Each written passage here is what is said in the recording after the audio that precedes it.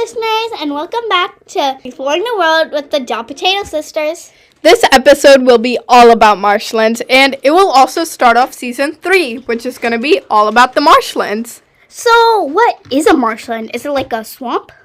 So, actually, the main difference between marshlands and swamps is that marshlands support grasses, shrubs, and other herbaceous plants, whereas swamps have more trees. According to the National Geographic's article last updated in November 2nd, 2023, titled Marsh, marshlands or wetlands are places where water covers the ground for long periods of time. Here, now we have Ms.Rachel from the Don Edwards San Francisco Bay National Wildlife Refuge to tell us more about marshes. She's our guest speaker for today. Don Edwards is located in Fremont, California, and is a tidal saltwater marsh.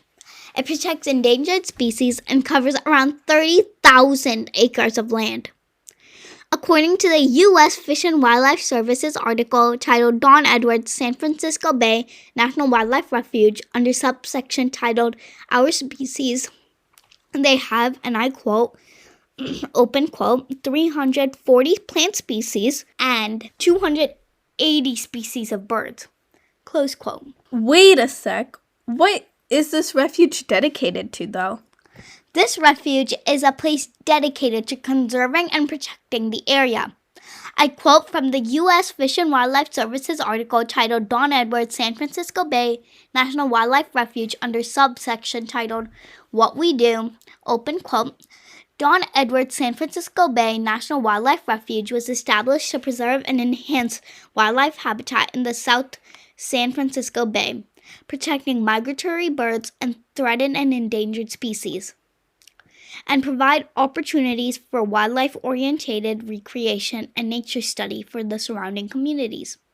Close quote. Ms.Rachel will also tell us more about the Salt Bay Salt Pond Restoration Project, a project that Don Edwards is currently actively involved in. Let's all say hi to Ms. Rachel now and ask her a couple of questions about the marsh.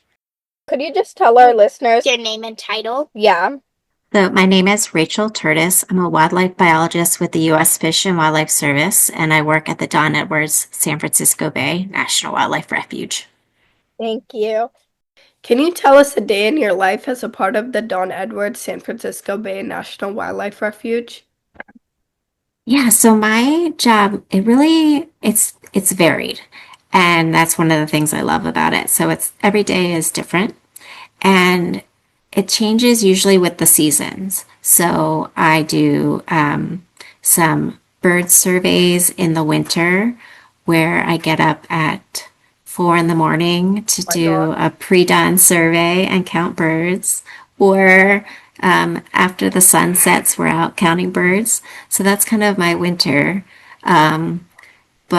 So like this last week, I got to go out and look at breeding birds in a tern colony. So I got to count nests. We counted over 400 nests.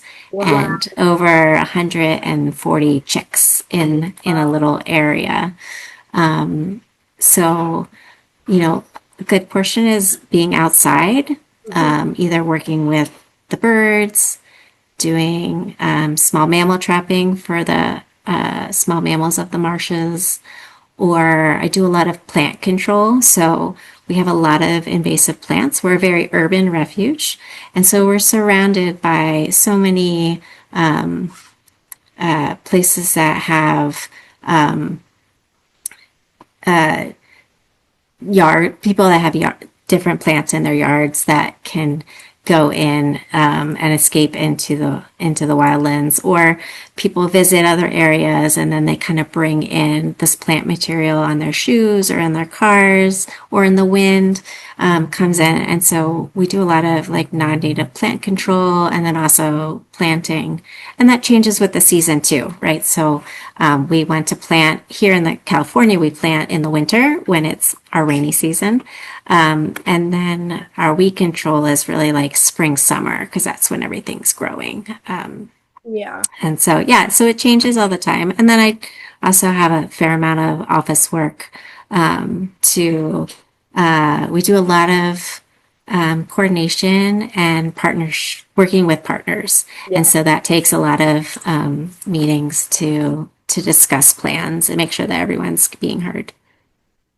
What are the current research projects Don Edwards is doing, and what organizations and parks are you guys working with right now?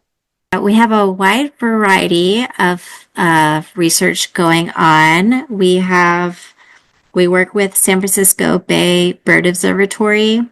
They are doing Western snowy plover bird surveys.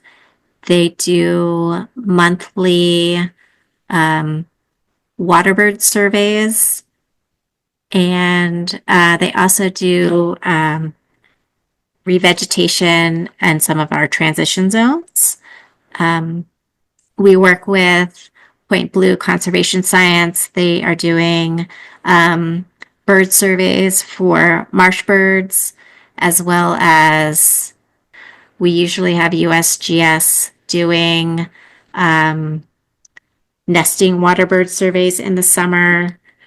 We have folks going out and doing fish surveys once a month down in the South Bay.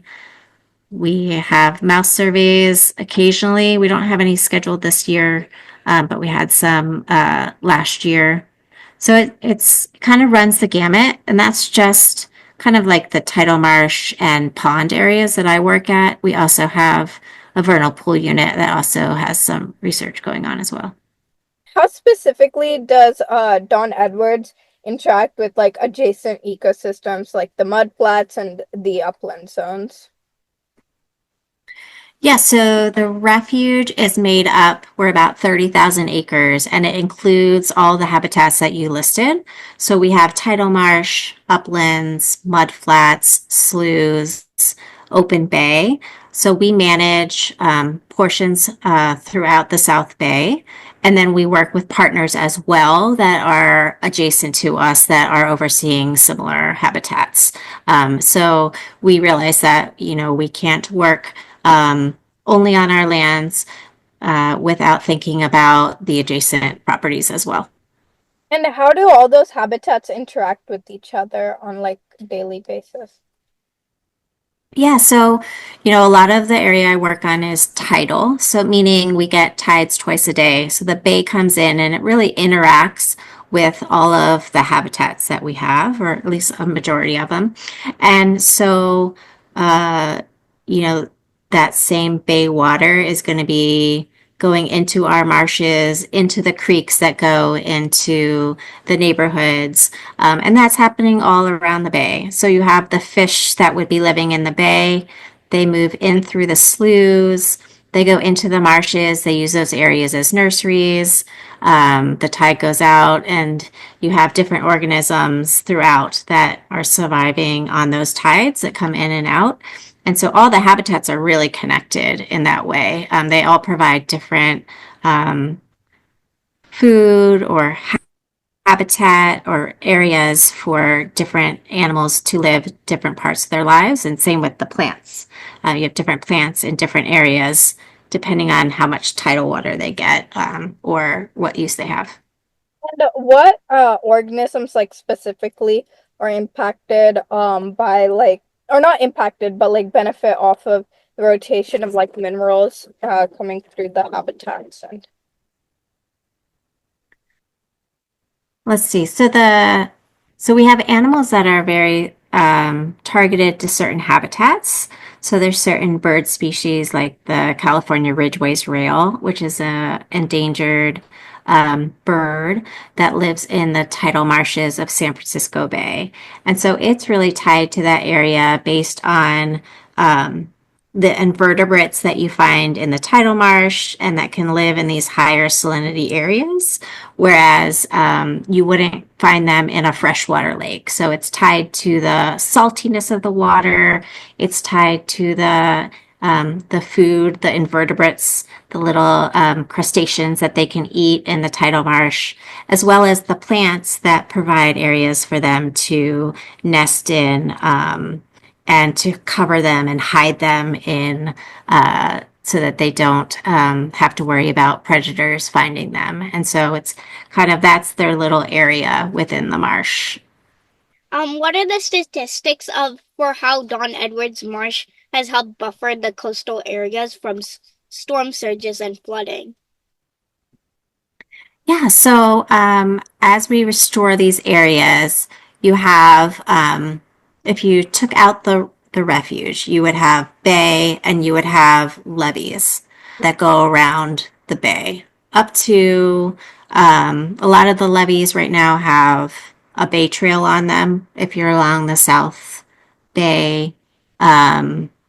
We have companies that go right up to the edge.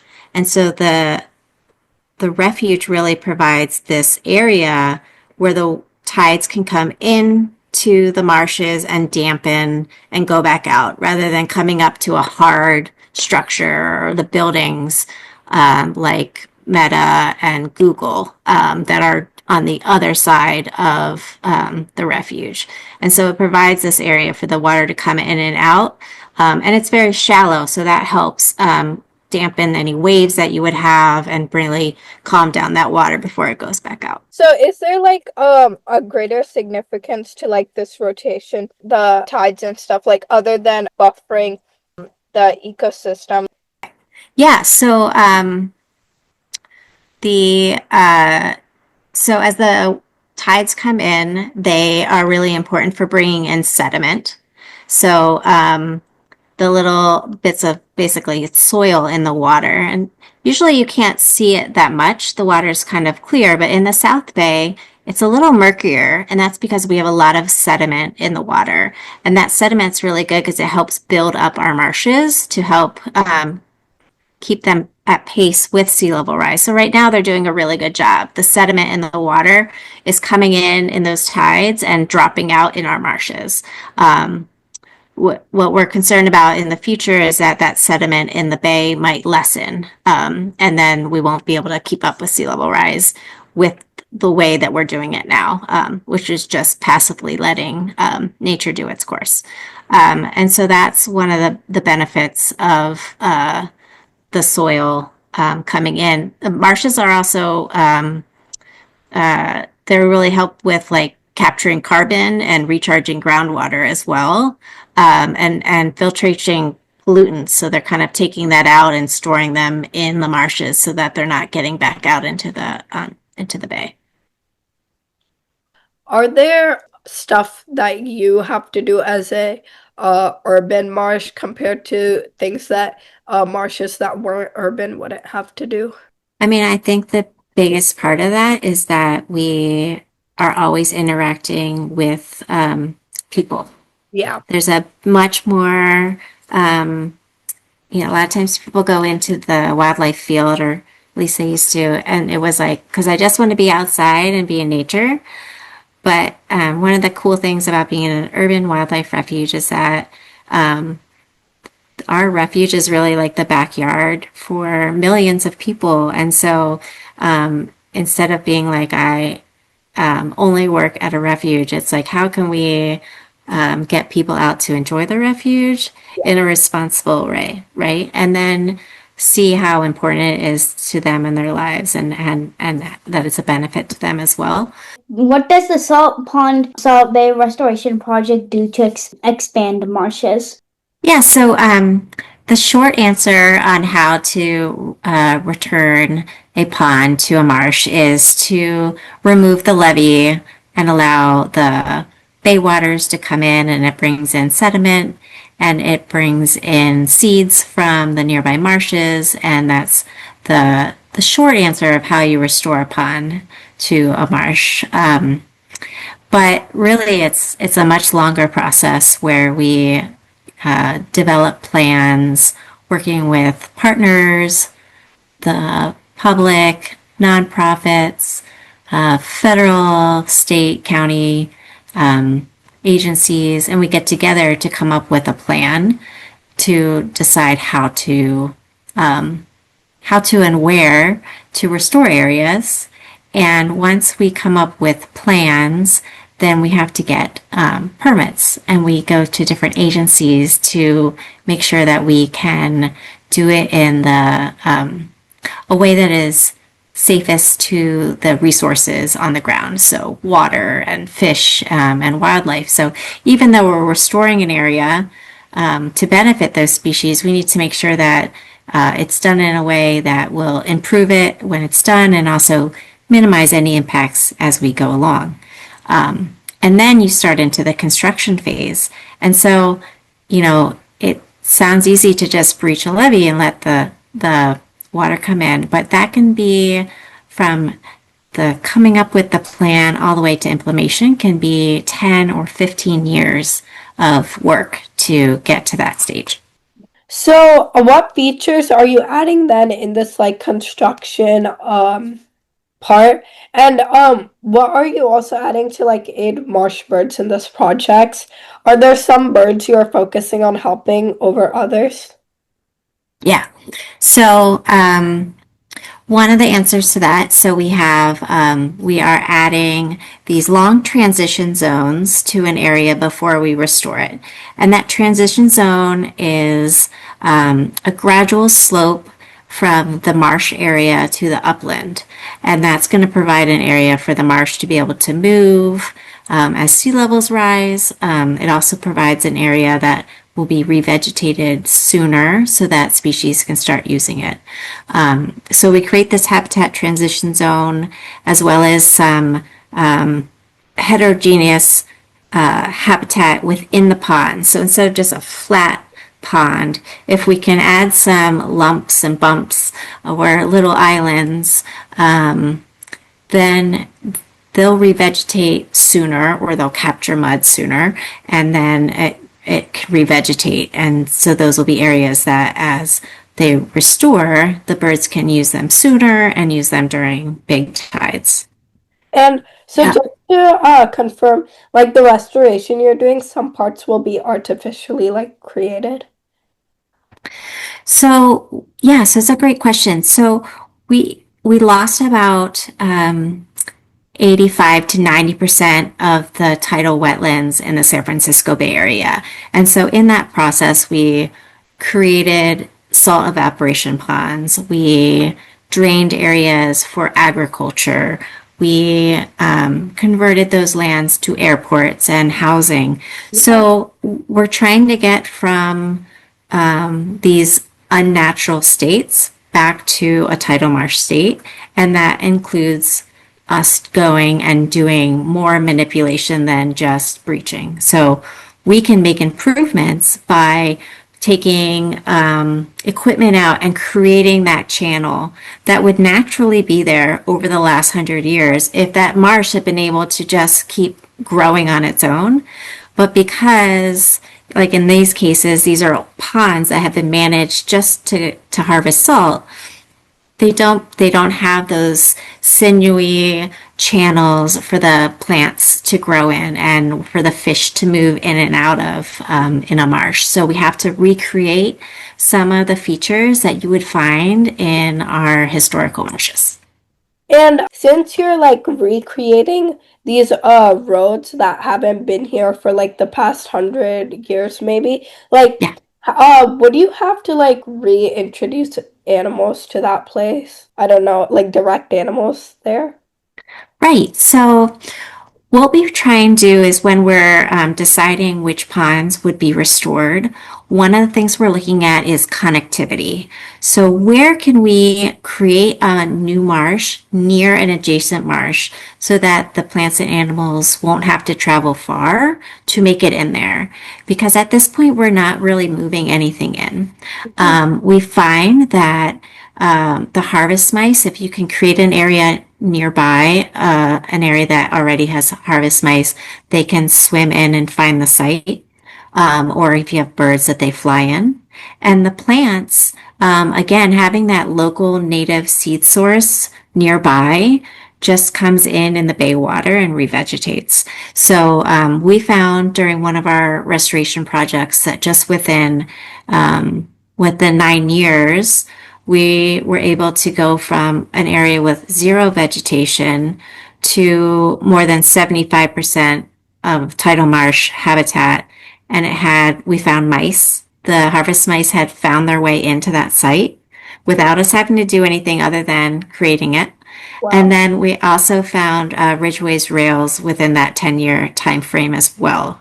So they found the habitat on their own. And so what we're trying to do is really just provide the habitat, and then the animals find it on their own. And how long does it take to go through all this process to like recreate a habitat? Yeah, so I mean, it really depends on the project. With the planning and everything, like I was saying, that could be 10 or 15 years, just the planning to execution. Now, once you breach an area, the average is about 20 years for it to be like a fully maturing tidal marsh that has vegetation. So some like our island ponds, one of our projects, it reached it earlier at like 9 years, and some might take 30 or 40 years because they're so low to start that just by letting in the bay water, there isn't enough ground for them. It's still a pool. There isn't just ground for them to start vegetating. You have to get all the sediment in from the water, and then eventually it gets high enough that it'll start revegetating. And we have ways that we're looking at making that go faster. So we're looking at some areas we bring in the dirt first.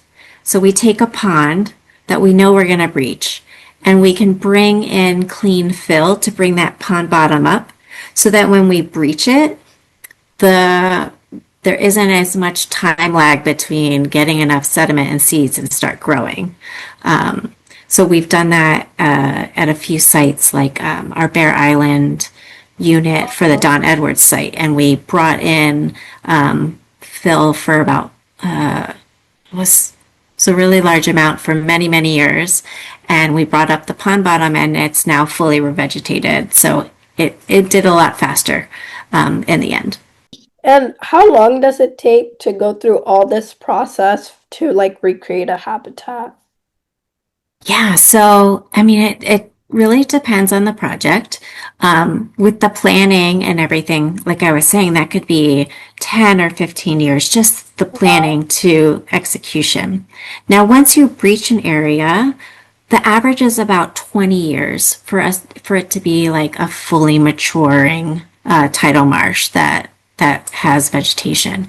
So some like our island ponds, one of our projects, it reached it earlier at like 9 years, and some might take 30 or 40 years because they're so low to start that just by letting in the bay water, there isn't enough ground for them. It's still a pool. There isn't just ground for them to start vegetating. You have to get all the sediment in from the water, and then eventually it gets high enough that it'll start revegetating. And we have ways that we're looking at making that go faster. So we're looking at some areas we bring in the dirt first.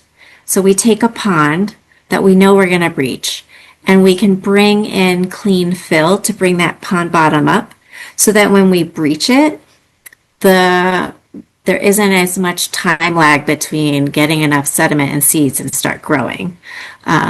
So we've done that at a few sites, like our Bear Island unit for the Don Edwards site, and we brought in fill for about was a really large amount for many, many years, and we brought up the pond bottom, and it's now fully revegetated. So it did a lot faster in the end. How does community outreach and education play into this project? Are there events in Don Edwards that Don Edwards has to educate visitors about the project? Yeah, so community outreach it's really important kind of in all phases of that project. So from the very beginning, we had the community involved in trying to help us decide what habitats we should have, what features we should incorporate from the beginning. And so the project started in 2003, so that's many years going on. Yeah. So it wasn't that one time at the beginning, one time and done. We're continually going back to the community and asking for feedback. We have groups where we have stakeholder groups. So people from different organizations and communities, we do yearly check-ins with them as well. We host in-person and virtual science talks and presentations. At least every year, every 2 years, we do like a science symposium that's open to the public so that people can find out what's going on. Sometimes it's a standalone workshop, and sometimes it's incorporated in an existing symposium, such as the State of the Estuary Conference. So sometimes we'll incorporate our results into a session for that. But yeah, so those are all open to the public, and then we also host tours and walks throughout the year. Wow. What specific feedback do you ask from the public? So the project, South Bay Salt Pond project, is it's about restoring marshes. It's about flood protection, and it's about public access features. So it's kind of like multifaceted. And one of the big ones with the community is like trail alignment and trail features that they're interested in. So we have most recently at the Eden Landing site, we've had some community gatherings with people coming out to see what it looks like and looking at bike routes, or we have a kayak launch and seeing what they, what does the community most out of these public areas. So, what is a herbaceous plant? It is a plant that doesn't have a woody system above ground. For example, an oak tree wouldn't count as an herbaceous plant. That's right. These plants grow anew and die regularly, whether that be annually, and those that do are called annuals every 2 years, also called biennials, or more than 2 years called perennials. Did you know that there are 3 different types of marshlands? Yeah, the 3 are salt marshes, inland freshwater marshes, and tidal saltwater marshes. The one we're going to be talking about in this episode is all about the tidal saltwater marshlands. According to the National Geographic Education's article last edited in November 2nd, 2023, Marsh, tidal saltwater and freshwater marshes are important because they provide a buffer against storms, help slow erosion along the shoreline, as well as provide a home and shelter for tons of migratory birds each year. They can even detoxify harmful chemicals in the water that could lower oxygen levels or even chemical from litter we humans dump.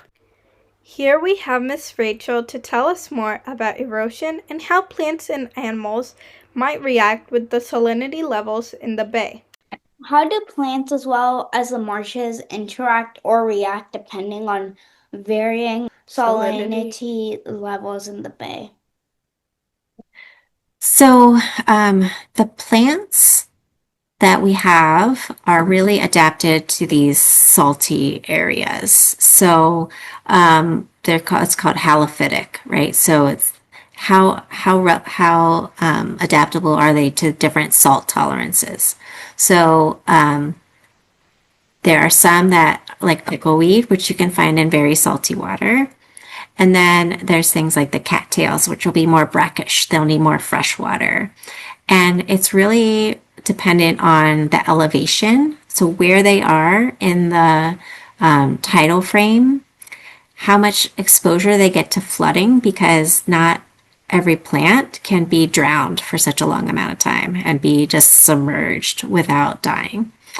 And then also just the type of water that's coming in. So if you're in an area that's just bay water and that's salty, you're going to get a suite of species. If you're in an area that's getting a lot of freshwater input from a stream or from we have a water treatment plant that's nearby that puts a lot of fresh water in. So then we're getting plants that are more adapted to a freshwater regime or a brackish water. So how does the marsh loss due to erosion vary in the different seasons? Yeah. So sediment deposition, so the deposit of sediment, and then the erosion or like the loss of the sediment, it does vary by season and it varies by location. And so it's really interesting that we find the South Bay doesn't act the same. right? Because the wind currents are different and the shapes of the different habitats are different. And so we do see that the changes depending on the location that we're at. The set tables can be used to look at like specific events. So they can measure, say you have a big storm event, you can look and see if there was a noticeable amount of erosion or deposition. But they also can just sit out there for a few years. And so if you didn't have funding or you have a large network, you don't have to go weekly or monthly. You can go once a year or once every 5 years and look at that amount of change, because sometimes it's only going to be in the millimeters. Yeah. We're not thinking of like, we don't put these tables out and it's, oh, you have a new foot of dirt. No, it's we're talking tiny amounts. So sometimes for these sites, it actually makes more sense on a longer time scale, because we're not expecting to see a lot of change fast, but we are expecting some change.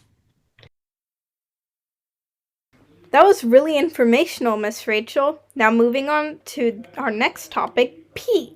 When Rhea and I drive by marshes, I normally smell a rotten egg smell, or a smell kind of like Rhea's socks after a long day. Hey! Well, here's another fun fact for you. While we were trying to record this podcast episode, it took us 5 tries to get this line without laughing. We couldn't stop laughing. Well, like we said before, since the land in these marshes are covered by water for long periods of time, this land becomes really muddy and a thing called peat forms. Peat? Yes, peat. According to an article last updated on June 16, 2024, NOAA's article titled, "What is a salt marsh?" and I'll quote, open quote, "Peat is made of decomposing plant matter that is often several feet thick. Peat is waterlogged, root-filled, and very spongy. Because salt marshes are frequently submerged by the tides and contain a lot of decomposing plant material, oxygen levels in the peat can be extremely low, a condition called hypoxia," close quote. And apparently, this growing bacteria gives that rotten egg smell. Tidal saltwater marshes are brown color, have lots of plants, and are found along the seacoast. One of the most common plants includes pickleweed, sawgrass, and cordgrass. Pickleweed? I love pickles, but what's pickleweed? Listeners, if you have visited a marshland, you may have noticed red and green plants. Oh yeah, I've seen those before. I'm guessing that's pickleweed. Listeners, if you want to see what pickleweed looks like, we have put a photo of it for reference on our Instagram account called The Potato Sisters. Fun fact, did you know that pickleweed is edible? Yes, it actually tastes so salty. Yes, and pickleweed plays a very important role in marshes. When a storm starts, the pickleweed will absorb all the water, and after the storm has passed, the pickleweed will slowly release the water out. This helps with flooding prevention. Like we said previously about herbaceous plants, you may be wondering if the pickleweed is herbaceous and what its cycle is. It is a perennial herbaceous plant. Its scientific name is Salicornia pacifica, and I hope I pronounced that right. And from summer to autumn, they will go from green to red as the salt amount increases in them. According to the Nature Collective's article titled Pickleweed under subsection titled Other Common Names, pickleweed is also commonly called glassworts, woody glassworts, saltworts, and samphires. Pickleweed is important because they provide a home for an endangered... Quick vocab definition for our listeners. Endangered means that a species is on the verge of extinction. Yes, and the pickleweed provides a home for the endangered salt marsh harvest mouse. The other plant we were talking about was cordgrass, belonging to a genus called Spartina.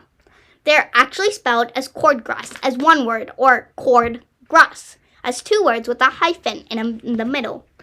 According to the Chesapeake Bay program titled Wetlands, it, like the pickleweed, is a perennial plant and can be really short, only reaching 2 feet tall, or really tall, reaching up to 7 feet tall. They grow along the shorelines, and factors such as, and I quote from the USDA's article published in July 2022, entitled Smooth Cordgrass, under section titled Description, in the subsection Habitat, factors such as open quote plant competition, elevation, shoreline slope and frequency, depth and duration of flooding, close quote, keep their numbers and size in check. Isha, I see you're itching to go back and talk about your favorite plant though, the pickleweed. Actually, this time I want to talk about an animal that has a strong connection to pickleweed, the endemic salt marsh harvest mouse, or the harvest mouse for short. Not only lives in the pickleweed, but also eats it. Fun fact, a full-grown harvest mouse can be as big as your thumb. Did you know that the salt marsh harvest mouse is also called the red-bellied harvest mouse? No, that's so cool. I know, right? The harvest mouse diet consists of pickleweed, and scientists thought it was the only thing they ate, but studies are coming out that they might be omnivores. We don't have a ton of details on this as these are new studies being conducted, but we do have Ms.Rachel to tell us more.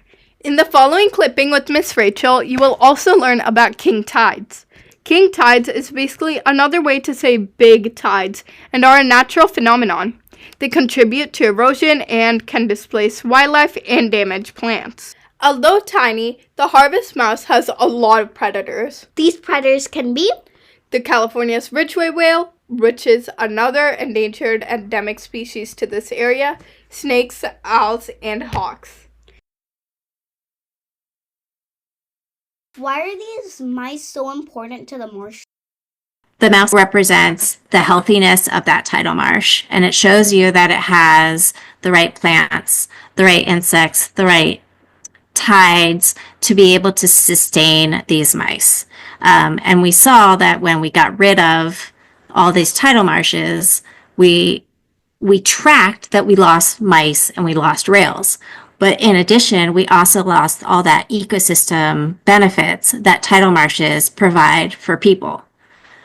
So they kind of just act as a way to go, oh, okay, it is about the mouse because the mouse is a living creature that, humans have created this situation to reduce their numbers. But it's also, without that mouse, it also means we don't have the marsh, which means we don't have that buffer from the seas. We don't have the way to capture carbon. We don't have that the area to create that the buffer from the cities and things. So, do these mice only need pickleweed to survive, or do they eat anything else? Yeah, so that's a great question. So we used to think that they only used pickleweed, and some of the research coming out of Sassoon is that they actually can eat a wide variety of plants and even some insects. So we thought they were only herbivores, and it turns out, nope, they actually will eat some insects at times too. In the South Bay, which is where we are, pickleweed is still the predominant plant that they will be using for nesting and for eating. So they do eat other things, but that's still their predominant habitat. I know that there's like red and green pickleweed, and Yeah. the salt marsh harvest mice prefer like any specific type of pickleweed, or to them is it just all the same? So I know that they eat both varieties. I don't know if they have a preference, but a lot of what you're seeing with the color changes is going to be the salt. So like the annual pickleweed gets redder in the fall. So a lot of times the red and green are still the same species. They're just different times of year they change color. Is it like the salt content that goes up or something? Yeah, and then they push the salt up to the tops. I've been studying, I guess, the idea of plant zonation and patterns. I was wondering, how do the plant zonation patterns in tidal marshes, like Don Edwards, reflect variations in the salt levels and the elevation, and as well as the tidal zone's frequency in Don Edwards? In marshes, they generally have a low, mid, and high marsh elevation, and then this transition zone. So that kind of the area between those and the upland area. And so they're very much related to the height of the marsh.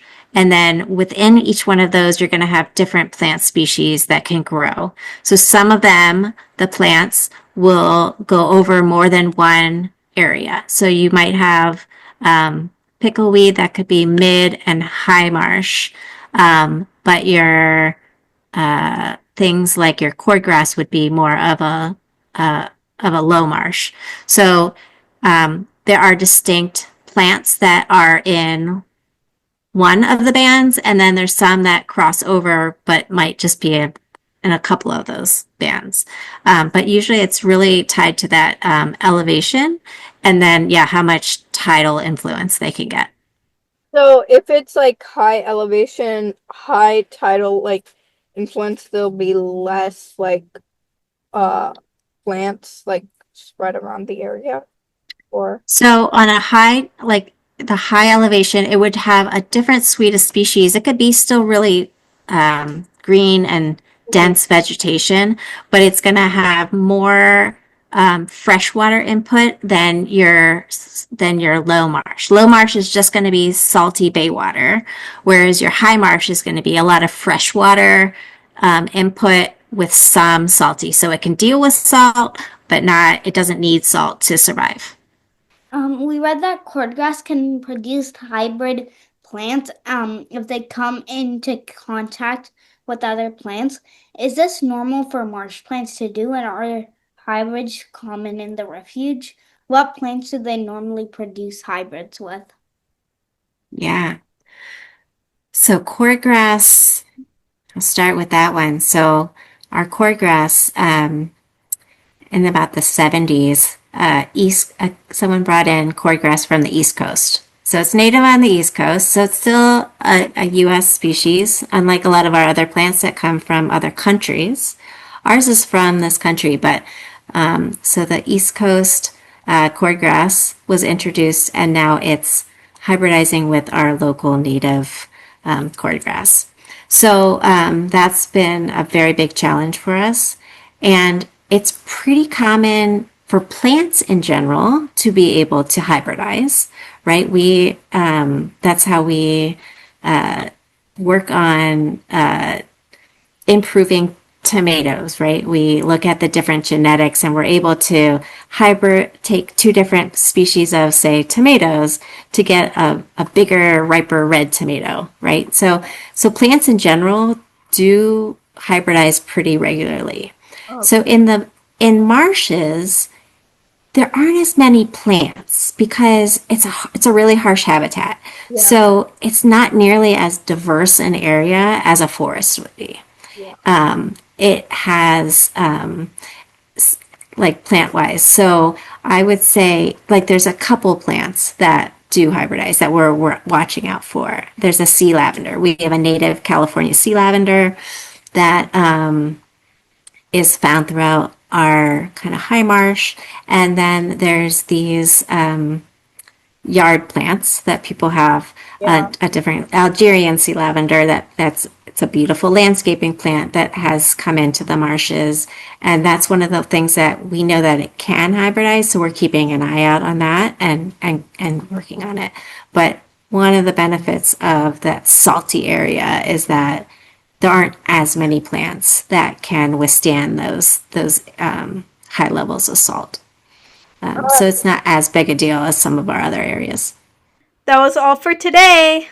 Thank you so much for talking to us today, Ms. Rachel. We really enjoyed it, and we for sure learned a lot.